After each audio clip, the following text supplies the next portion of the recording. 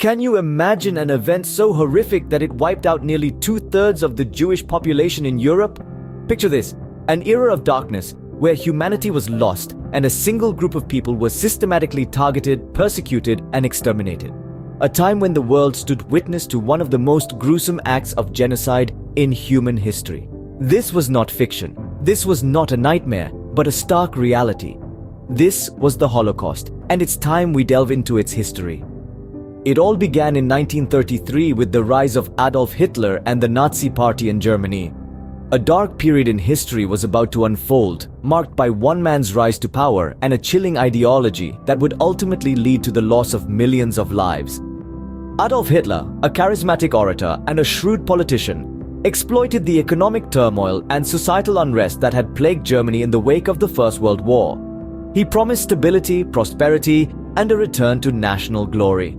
However, his vision was tainted with a deep-seated anti-Semitism, a prejudice that would become the backbone of his ideology. Hitler's rise to power was swift and ruthless.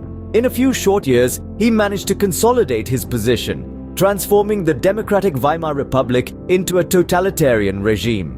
His propaganda machine worked overtime, spreading anti-Semitic ideas far and wide. Jews were scapegoated for Germany's problems, painted as the enemy within, and systematically stripped of their rights. The seeds of the Holocaust were sown during these early years.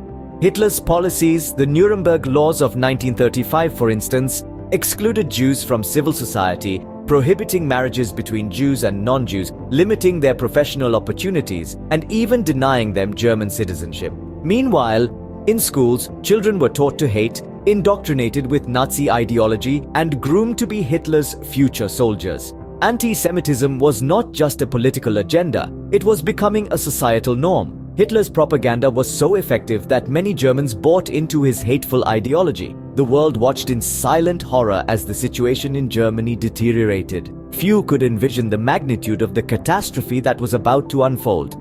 By the late 1930s, the situation was ripe for a disaster. The stage was set, the actors in place, and the script written. All that was left was for the curtain to rise on one of the most horrific acts of genocide in human history. November 9th, 1938, a night remembered as Kristallnacht, or the Night of Broken Glass. On this night, Germany was cloaked in a shroud of terror and destruction. Orchestrated by the Nazis, a wave of violent anti-Jewish pogroms swept across the country. Jewish homes, businesses and synagogues became the target of unbridled aggression. Streets were littered with shards of shattered glass, hence the chilling moniker, the Night of Broken Glass. But the damage wasn't merely physical. Lives were irrevocably altered as thousands of Jews were rounded up, arrested, and transported to concentration camps. The Nazis' brutal oppression had moved from suppression and discrimination to outright violence and mass deportation. Kristallnacht wasn't an isolated act of violence. It was a calculated part of a larger, sinister plan. It marked the beginning of the Holocaust, the systematic state-sponsored genocide of 6 million Jews. This night was a terrifying prelude to what was to come. The most horrifying aspect of the Holocaust: concentration and extermination camps. In the grim landscape of Nazi-occupied Europe, concentration and extermination camps sprang up like ghastly fungi, scattered across Poland, Germany, Austria, and other territories. These camps were not just prisons, they were factories of death, designed with chilling efficiency to exterminate millions of Jews and other undesirables in the Nazi purview. The creation of these camps was a calculated move by the Nazis, a step in their grand plan of the final solution. The concentration camps were initially established to detain political adversaries. However, as the war progressed, they evolved into sites of mass murder. The extermination camps, on the other hand, were specifically built for the systematic eradication of Jews, using gas chambers and crematoria. Conditions inside these camps were beyond horrific. The prisoners were crammed into barracks, malnourished, and forced to work under brutal conditions. Sanitation was almost non-existent, leading to the rampant spread of diseases. The sick and the weak were often dispatched to the gas chambers. The sights and smells of death were constant companions to the inmates, a grim reminder of the fate that awaited them. The systematic murder of Jews was carried out with chilling efficiency. Upon arrival, prisoners were immediately sorted. Those deemed fit to work were sent to labor camps. The rest, including children, the elderly, and the sick, were sent directly to the gas chambers. It's estimated that 6 million Jews perished in these camps, a figure that is mind-numbing in its enormity. These camps stand as chilling reminders of human cruelty. They remind us of what can happen when hatred is given free rein, when empathy is replaced with apathy, and when the value of human life is diminished. They are a stark warning from history, urging us to never forget, to never repeat, and to always stand against hatred and bigotry in all its forms. By the spring of 1945, the Reign of Terror was coming to an end. As the Allies advanced further into Nazi-controlled territories, they began to encounter the chilling reality of the concentration and extermination camps. The sight that met these liberators was beyond comprehension. Skeletal prisoners, mass graves, and remnants of the systematic atrocities committed by the Nazis.